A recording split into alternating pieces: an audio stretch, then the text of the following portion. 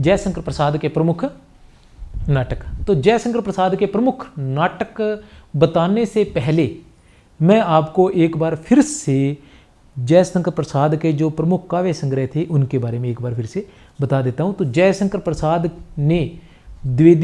प्रसाद के द्विवेदी युगिन ब्रजभाषा में रचित काव्य संग्रह उर्वशी वन विलन प्रेम राज्य, उर्वशी वन विलन प्रेम राज्य, अयोध्या का उद्धार, शोकोच्छ्वास और बब्रुवान 1909, 9, 9, 10, 10, 10 और 11, 3 9 में 2 10 में और 11। जयशंकर प्रसाद के द्विवेदी युगिन खड़ी बोली में रचित काव्य संग्रह, जयशंकर प्रसाद के द्विवेदी युगिन खड़ी बोली में रचित काव्य संग्रह, इनकी संख्या 4 है। कानन कुसुम, कानन कुसुम, प्रेम पथिक, करुणालय, कानन कुसुम, प्रेम पथिक, करुणालय और महाराणा का महत्व। इनमें से 3 13 में है, 1913 ईस्वी में, और एक महाराणा का महत्व जो है वो 14 ईस्वी में है। इसके बाद आते हैं जयशंकर प्रसाद के छायावादी काव्य संग्रह, छायावाद काल में या छायावाद में लिखे गए काव्य संग्रह, वो 4 है। झरना, आंसू, लहर, कमायनी, झरना, आंसू, लहर, कमायनी 18, 25, 33, 35, ये थे जयशंकर प्रसाद के काव्य संग्रह। अब हम जयशंकर प्रसाद के पढ़ेंगे नाटक। तो जिस तरह से कमायनी की ट्रिक बनाई हुई थी उसी तरह से हमने नाटकों की भी ट्रिक बनाई हुई है। ये तो इस वीडियो को एक बार 2 बार आप देखोगे तो आपके वो समझ में आ जाएगा, और जो ट्रिक के माध्यम से जो आप याद करोगे वह आप कभी भूल नहीं सकते। हम लोग इतने व्यस्त चल रहे हैं, हम लोगों ने जो याद कर रखा है, हम लोग इतनी व्यस्तता के बावजूद हमें याद रह रहा है, उसके पीछे रीजन ये है कि हम लोगों ने ट्रिक बना रखी है, तो उस ट्रिक को हम गीत की तरह महसूस कर लेते हैं। जिस तरह से हम किसी फिल्म के गीत को आसानी से याद रख सकते हैं बजाय किसी निबंध के, तो उसी तरह से ये ट्रिक आपके लिए फ़ायदेमंद हो सकती है। इससे क्या है कि आपका बोझ कम हो जाता है, और उस ट्रिक को आप जब फ्री नहीं होते, कहने से तात्पर्य जब आप पढ़ नहीं रहे होते, किसी बस में सफ़र कर रहे होते हैं, या फिर आप घर का कोई काम कर रहे होते हैं, या कहीं जाना पड़ जाता है, तो उस दौरान आप उस ट्रिक का बार बार दोहरान कर सकते हैं। तो उस दोहरान से क्या होता है कि जैसे जो समय आपने उन रचनाओं को याद करने के लिए देना था वो समय आपको देना नहीं पड़ता है, और बिना ट्रिक के आप कहीं भी काम करते वक्त रचनाओं को याद नहीं रख सकते। ट्रिक के माध्यम से एक बार याद करने में हो सकता है परेशानी हो, लेकिन ये लंबे समय तक आपके साथ देने वाला है। तो इसकी ट्रिक है कि सज्जन सिंह ने कल्याणी से परिणय कर, सज्जन सिंह ने कल्याणी से परिणय कर करुणालय दिखाते हुए प्रायश्चित किया, सज्जन सिंह ने कल्याणी से परिणय कर करुणालय दिखाते हुए प्रायश्चित किया। राज्यश्री ने विशाख और अजात शत्रु ने कामना के साथ, राज्यश्री ने विशाख और अजात शत्रु ने कामना के साथ जन्मेजय का नाग यज्ञ किया। राज्यश्री ने विशाख और अजात शत्रु ने कामना के साथ, जैसे कि हम प्राचीन समय से जानते ही आ रहे हैं कि पति और पत्नी का दोनों का बैठना, यज्ञ में बैठना जरूरी होता है, तो उसी तरह से आप एक जोड़ा मान सकते हैं कि राज्यश्री ने विशाख और अजात शत्रु ने कामना के साथ जन्मेजय के नाग यज्ञ में भाग लिया है। उसके बाद आता है यह जन्मेजय का नाग यज्ञ किया। उसके बाद स्कंदगुप्त ने एक घूंट के लिए ध्रुव स्वामिनी, स्कंदगुप्त ने एक घूंट के लिए ध्रुव स्वामिनी स्कंदगुप्त ने एक घूंट के लिए चंद्रगुप्त को ध्रुव स्वामिनी सौंप दी।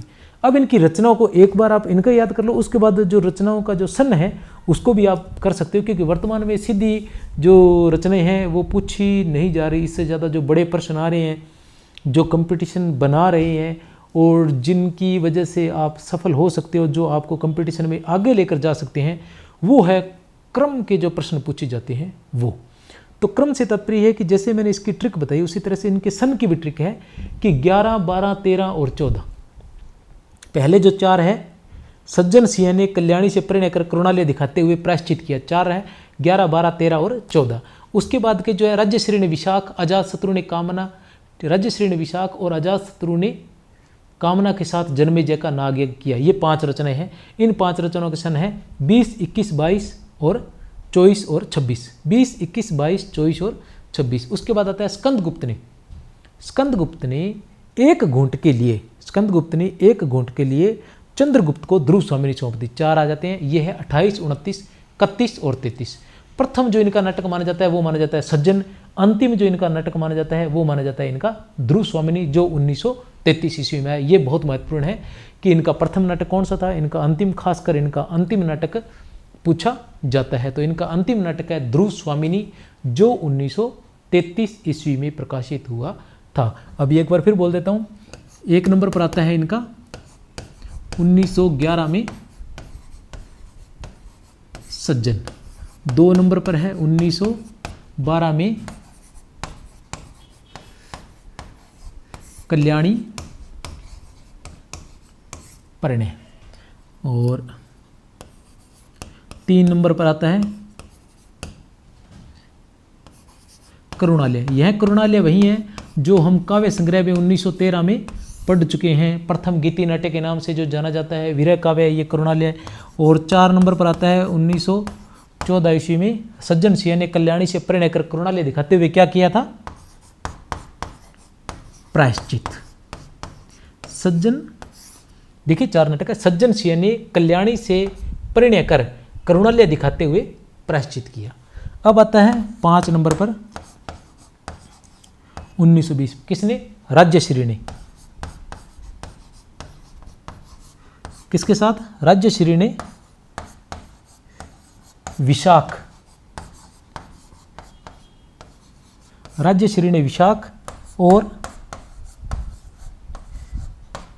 अजात शत्रु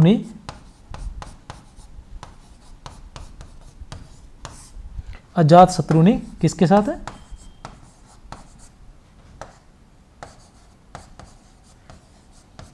कामना के साथ जन्मेजय का नाग यज्ञ किया। जन्मेजय का नाग यज्ञ किया। सज्जन सिंह ने कल्याणी से परिणय कर करुणालय दिखाते हुए प्रायश्चित किया। राज्यश्री ने विशाख और अजात शत्रु ने कामना के साथ जन्मेजय का नाग यज्ञ किया। इसके बाद 10 नंबर पर आ जाते हैं स्कंदगुप्त ने 1926 के बाद 28, क्या है?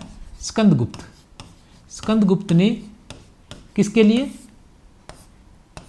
1929 में स्कंदगुप्त ने एक घूंट के लिए, किसके लिए? एक घूंट के लिए 1931, किसको? चंद्रगुप्त को। 1933 ध्रुव स्वामिनी सौंप दी। स्कंदगुप्त ने एक घूंट के लिए चंद्रगुप्त को ध्रुव स्वामिनी सौंप दी। तो ये है उनके प्रमुख नाटक।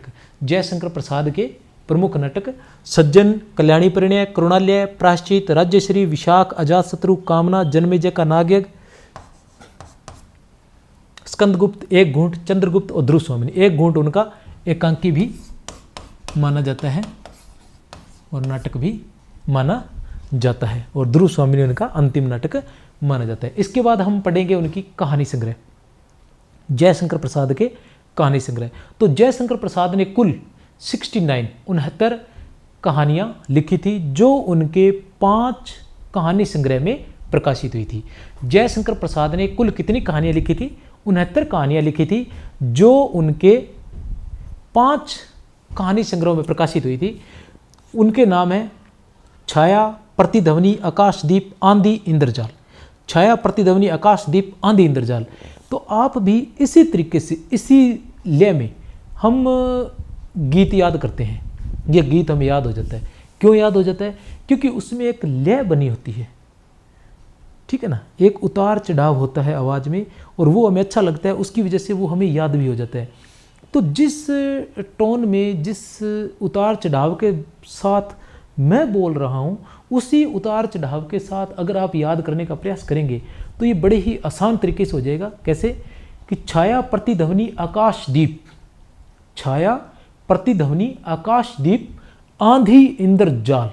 छाया, प्रतिध्वनि, आकाशदीप, आंधी, इंद्रजाल। कितने हो गए? 5। अब इनके सन 12, 26, 29, 31 और 36। 12, 26, 29, 31 और 36। तो ये इनके सन 12, 26, 29, 31 और 36। छाया, प्रतिध्वनि, आकाशदीप, आंधी, इंद्रजाल।